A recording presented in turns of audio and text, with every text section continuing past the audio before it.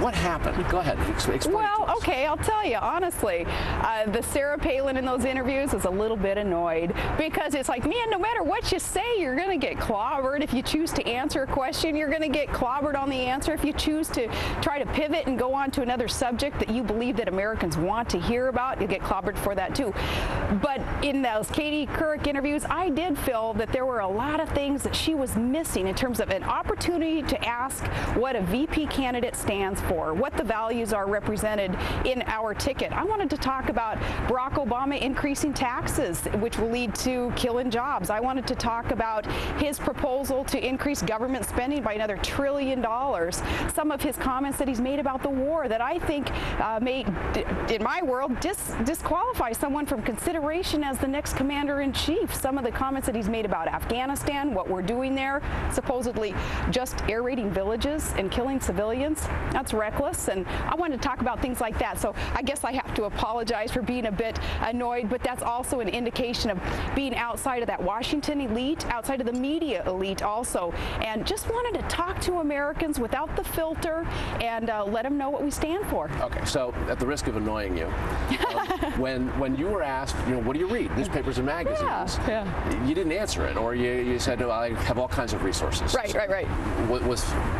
What do you read? I mean, I read the same things that other people across the country read, including the New York Times and the Wall Street Journal and the Economist, and some of these publications that we've recently even been interviewed through up there in Alaska because of everything that we're doing with oil and gas. A lot of the investment publications especially are interviewing us, asking us, how are we being so successful up there in contributing to our nation's steps towards energy independence? So my response to her, I guess it was kind of flippant, but I was sort of taken aback. Like, the suggestion was, you're way up there in a faraway place in Alaska. Do you know that there are publications in the rest of the world that are read by many? And I was taken aback by that because, I don't know, the suggestion just was a little bit of perhaps we're not in tune with the rest of the world. There are folks in the Republican Party who would expect a vice presidential nominee to understand judicial conservatism and have something that they might object to. And that's fair, right. And on that one, truly, I shouldn't have been so flippant and just sort of brushed aside that, because that was an important question and I should have answered it.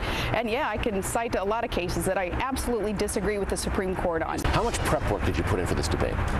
We had a couple of great days in Sedona, Arizona, where we set up our podiums outdoors so I could breathe the fresh air of the West. And it was an amazing experience to get to really be in touch with my surroundings as we were trying to get in touch with some of the very huge challenges facing our world today. It was a great combination, and it was a really good strategy that we took in that debate prep. Just a couple of days of it, but it was really good. Walk that balance between catching up and not appearing to have been too far behind.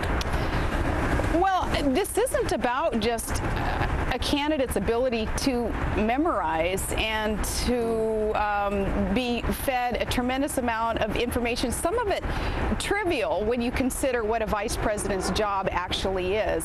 So that balance in my mind has been struck, where I understand the big picture. I understand what the challenges are. I know what our biggest threat is in America. I know how important it is to win the war, and I know how important it is to get our economy back on track. And I know how important it is to provide Americans two good choices: a ticket that's going to bolster our economy by creating jobs, decrease taxes, rein in government spending, and make our nation energy independent, or the opposite, kill jobs by increasing taxes, propose more government spending, more largesse from bureaucracy, and saying no to energy independence. It's that important that we give the choices, and then, hey, it's in the voters' hands. That's the best that we can do in striking that balance. Have you bridled against the inability to communicate with the press and talk to and do this sort of thing and spar a little bit?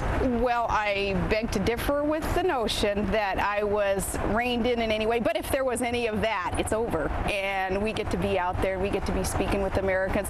What I would like to do, I wish I had 48 hours in every day so that I could be on rope lines and I could be speaking individually with Americans. I know it doesn't work that way. So again, we go through you and we talk to voters through you, and I'm accessible. And now that the debate is over also, yeah, I kind of feel like, all right, the wings are flying here. Let's soar. Let's get out there and speak to voters and let them know what their choices are. And I'm excited about this opportunity in this last month. Essentially leave Michigan to Obama to win. Yeah. What's going on there? Well, that's not a surprise because the polls are showing we're not doing as well there, evidently, as we would like to. But I read that this morning also. I fired off a quick email and said, oh, come on. Do we have to? Do we have to call it there? Todd and I, we'd be happy to get to Michigan and walk through those plants of the car manufacturers. We'd be so happy to get to speak with the people there in Michigan who are hurting because the economy is hurting. Whatever we can do and whatever Todd and I can do in realizing what their challenges in that state are, as we can relate to them and connect with them and promise them that we won't let them down in the administration. I want to get back to Michigan and I want to try. Thank you very much, Governor. Thank you.